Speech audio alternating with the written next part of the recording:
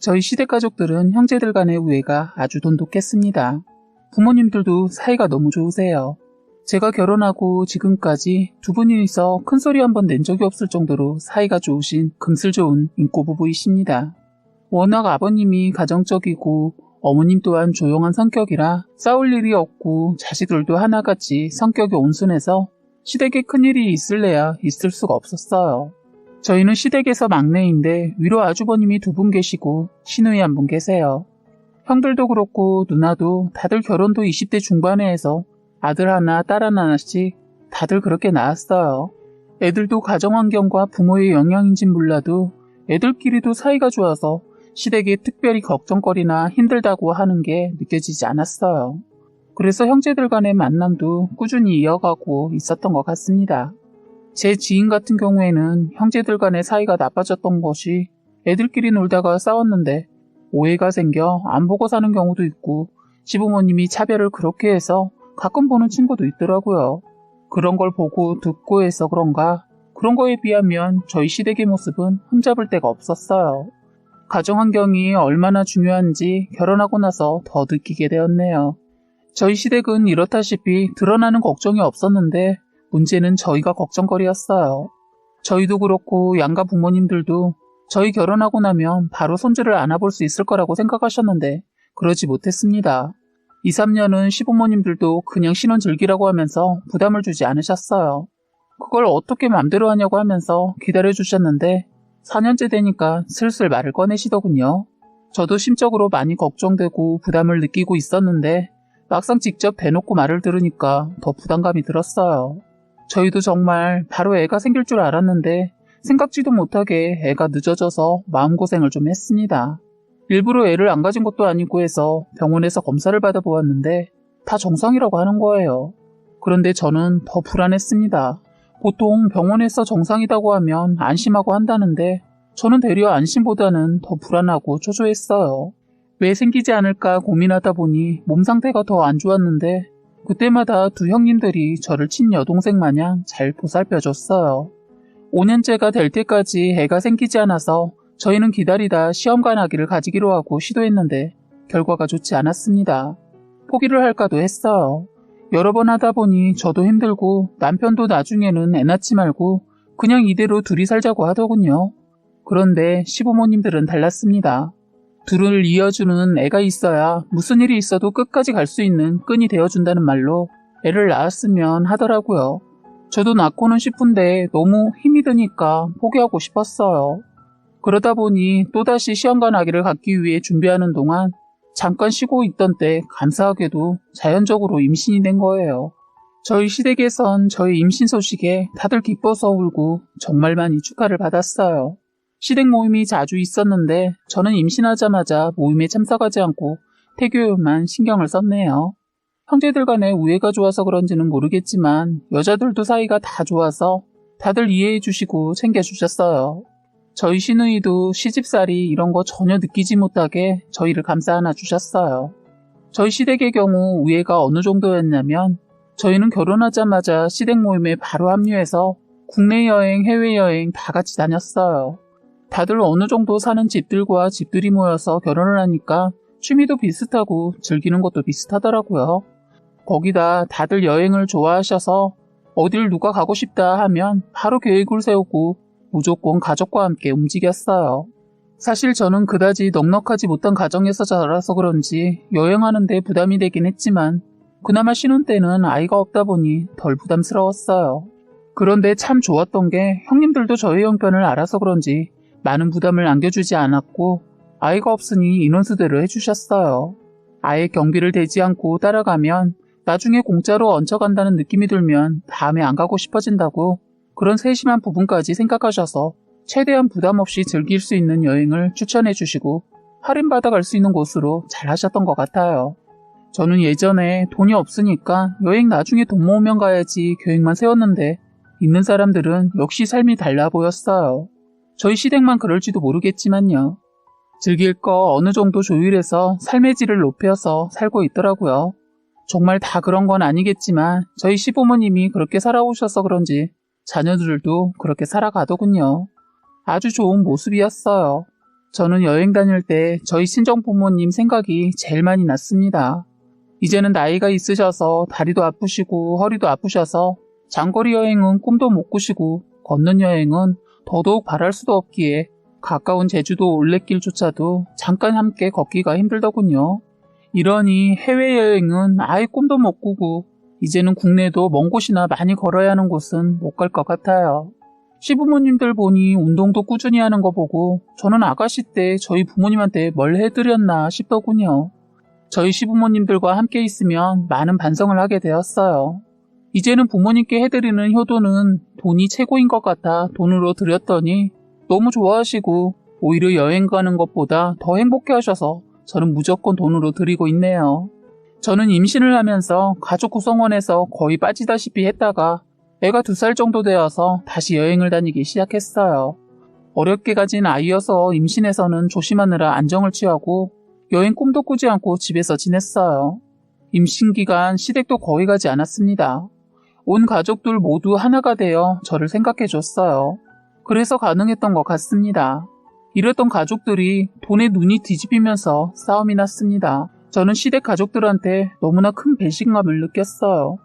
그동안 쌓아온 정이 한순간 다 거짓이었나 싶었어요. 돈이 뭐라고 저러나 싶을 정도로 형제들의 우애는 순식간에 금이 가고 말았습니다. 사건의 발달은 예전에 아버님이 친구한테 사기당해서 땅을 사셨는데 저희는 아버님한테 그야말로 죽은 땅 투자 가치가 없는 땅을 받았어요. 그냥 놀고 있는 땅 받는 거 다들 싫다고 해서 거기다 뭐라도 하라고 저희한테 주셨는데 그게 대박이 나면서 형제들 간의 싸움이 되었어요. 처음엔 그 땅 가치가 없으니까 다들 싫다고 했습니다. 저는 아버님이 놀고 있는 땅이 있다고 했을 때 제가 자랄 때 농사도 어느 정도 해보고 해서 그 땅 놀리면 뭐하나 싶어서 놀고 있는 땅 있다고 했을 때 나중에 농사를 지어보거나 주신다면 내려가 살까 생각도 한 적 있었어요. 저나 남편도 자유로운 직업을 가지고 있다 보니 그런 생각을 했던 것 같아요. 그래서 남편한테도 넌지시 물어보니 남편도 아버님이 주신다면 그럴까 하더군요. 그런데 마침 아버님이 저희의 생각해서 그곳에 내려가 산다면 집까지 지어주시겠다고 했어요. 저희는 그곳이 아니더라도 저희 애가 아토피가 심해서 시골로 겸사겸사 내려가려고 준비하고 있었거든요. 저희는 아버님이 그렇게까지 해주신다고 하니까 너무 좋아서 바로 승낙했어요. 그땐 형제들 중에 저희가 제일 형편이 좋지 않고 그렇다고 그 땅이 자산 가치가 있어서 주신 게 아니어서 저희가 그 땅을 받았을 때 형제들 관심도 없었어요. 예전에 저희가 이것을 받기 전에 아버님이 2 형님들한테도 다 물어봤거든요. 그리고 신우이한테도. 그런데 다들 싫다고 거절을 했어요. 대지가 굉장히 컸기 때문에 써먹을 생각을 못한 것도 있고 돈이 있어도 집을 짓는다거나 그런 건 생각도 하지 않았던 것은 귀찮은 걸 싫어하고 신경 쓰는 걸 싫어하는 형제들이라 관리하는 거 신경 쓰인다고 하더라고요. 그리고 집 지어놓고 가끔 가서 쉬자고 가족회의 때 말이 나와도 큰형이 그럴 돈 있으면 여행 더 다니자고 하더군요. 거기 그거 해놓으면 다른 곳 여행 안 다닌다고 가족회의에서 이미 끝난 얘기였거든요. 시부모님들도 여행을 좋아하시니까 집을 짓는 거 반대하셨어요. 그런데 저는 애를 낳고 나니 이제는 형님들이 하는 스케줄대로 움직이기가 힘들더라고요. 애가 우선이 되어가다 보니 애가 좋아하는 쪽, 애가 싫어하는 쪽, 이런 거에 집중해서 살게 되더라고요. 그래서 가족 모임에도 어쩔 수 없이 자주 빠지게 되고 애한테 집중하게 되었어요. 형제들이 서운해했지만 저는 그게 맞다고 판단했기에 남편도 저의 말에 따라줬어요. 제가 그랬죠. 형들은 애들이 다 컸으니까 자유로운 거다. 그리고 조카들도 알아서 공부해주니 신경 쓸 일이 없어서 더 여행을 추진하겠지만 이제 우리는 다르다. 이제 시작이다 했더니 남편 어렵게 가진 아이라 그런지 자기 생활 패턴을 모두 바꾸더군요. 나중에는 형제들도 이해하는 쪽으로 갔어요. 그리고 저희가 시골로 내려갈 준비를 하고 있는 줄 모르시고 아버님은 저희 애가 아토피가 심하니까 혹시라도 시골 가서 살 생각 있으면 놀고 있는 땅 알아서 써먹으라고 하셨어요. 그러시면서 그건 아예 쓸모없는 땅이니까 재산 상속에 넣지 않겠다고 형들한테도 다 물어보니 그냥 주라고 해서 주는 거니까 집은 지어줄 테니 나머지 땅은 농사 짓고 살던지 알아서 하라고 하셨어요. 원래는 이렇게까지 집까지 지어줄 생각은 하지 않으셨는데 6년 만에 손자를 안아봐서 그런지 너무 좋으셔서 선물로 집을 지어주신다고 했어요. 저희 시부모님들이 젊어서 정말 열심히 사셔서 재산도 있지만 대대로 물려받은 재산이 있어서 가능한 일이 아니었나 싶어요. 그리고 나중에 당신들이 이제 이 세상 다 산 것 같다 싶었을 때 가지고 계신 재산은 이후에 똑같이 다 나눠주신다고 했어요. 어쨌든 저희는 감사하게도 다른 형제들보단 더 특혜를 받았죠. 형제들도 저희가 이런 특혜를 받는 것에 시기하거나 질투를 하지 않으셨어요. 못 사는 분들이 아니어서 그런가 부모님 재산에 욕심을 내는 것 같지 않았어요. 아니 진짜 그렇게 보였어요. 그런데 제가 너무 순진했나 봐요. 아니더군요. 돈에 눈이 뒤집어지고 저희가 비교되게 잘 풀리니까 배가 아픈지 큰일이 벌어졌네요.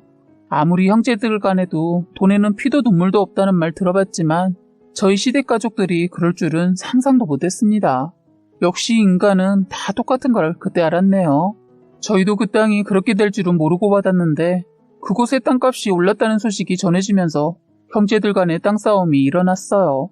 큰아주버님 한다는 말이 땅값을 못할 때는 상관없었지만 이제 상황이 달라졌으니 뒤집어야 한다는 겁니다. 다시 다 분배를 해야 한다고 하더군요.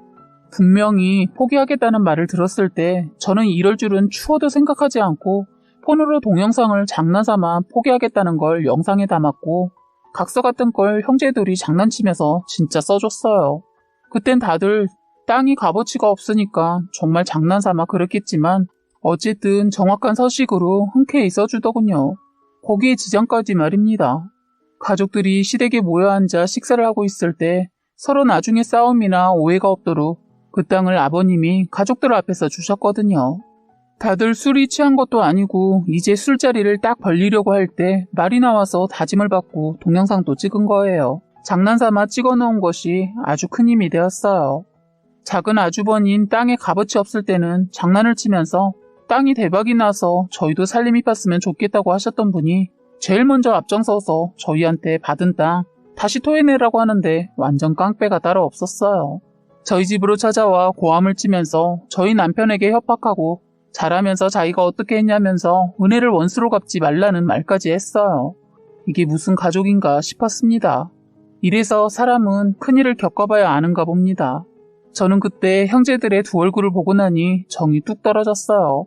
아버님은 끝까지 아들들의 말에 흔들리지 않고 일단은 집을 지어주셨어요. 저흰 그동안 저희 친정집에 가 있었습니다. 왜냐면 시도 때도 없이 두 형제가 저희 집에 와서 저를 괴롭혔거든요. 그나마 저희 친정에 가 있으니까 찾아오지는 않고 전화상으로만 저를 괴롭히더라고요. 시누이도 그땐 시누이가 이런 거구나 라는 걸 보여주더군요. 저희 그때부터 모임 다 깨지고 서로 안 보고 살아요. 시아버지도 큰아들과 둘째가 그렇게 나오는 걸 보고 괘씸했는지 집에 오지도 말라고 했다네요. 살림이 기울던 동생이 잘 됐으면 축하는 못할 망정 시기한다며 그동안 당신이 헛살았다며 아들들에게 많이 실망하신 아버님은 아들, 딸한테 등을 돌리셨어요. 어머님도 마찬가지로 실망을 많이 하셨습니다. 아버님 누나인 고모님은 저희 아버님한테 처신을 잘못한 것 같더니 다 뒤집으라고 하셨고 어머님 쪽 이모님들은 어차피 싫다고 해서 막내가 받아간 땅이니 이제 주인은 막내니까 다시 뺏는 건 아니다 하고 호불호가 갈리더군요. 그런데 저도 다시 돌려줄 생각 없습니다. 저는 다른 그곳에 내려가 살면서 밭농사 지으면 시부모님들 그리고 형제들 반찬거리는 어느 정도 보태드리려고 했는데 너무 실망을 해서 다 접으려고요. 저희는 곧 입주를 앞두고 있는데 이 형제들이 앞으로 어떻게 나올지 참 기대가 되네요. 지금은 법적으로 아무런 문제가 되지 않아서 이렇게 지내고 있는데 나중에 아버님의 재산으로 또 한바탕 싸움이 예상되네요. 이런 일로도 이렇게 등을 돌렸는데 나머지 그 많은 재산은 어떻게든 가지려고 눈에 불을 킬 텐데 벌써부터 긴장감이 돕니다. 저 같으면 동생이 잘 되면 박수 쳐주고 좋아해 줄 것 같은데 사람의 마음이라는 게 돈 앞에서는 정신줄을 놓나 봅니다. 지금도 안 보고 지내고 있는데 과연 앞으로 회복이 될지 제가 봤을 때는 가망이 없을 것 같네요. 저희가 다 토해낸다 해도 관계회복 불가능으로 보여 그냥 이대로 살려고요. 한번 금강 그릇이 새것이 되긴 어려울 것 같아 일부러 노력하지 않고 그냥 이대로 살고 있습니다. 정말 있는 것들이 더한다더니 무섭게 변하는 형제들의 행동에 남보다 못하다는 것을 보았네요. 지금까지 여러분의 소중한 사연을 읽어드리는 해바라기 사연방이었습니다. 구독과 좋아요, 알림 설정 부탁드리겠습니다.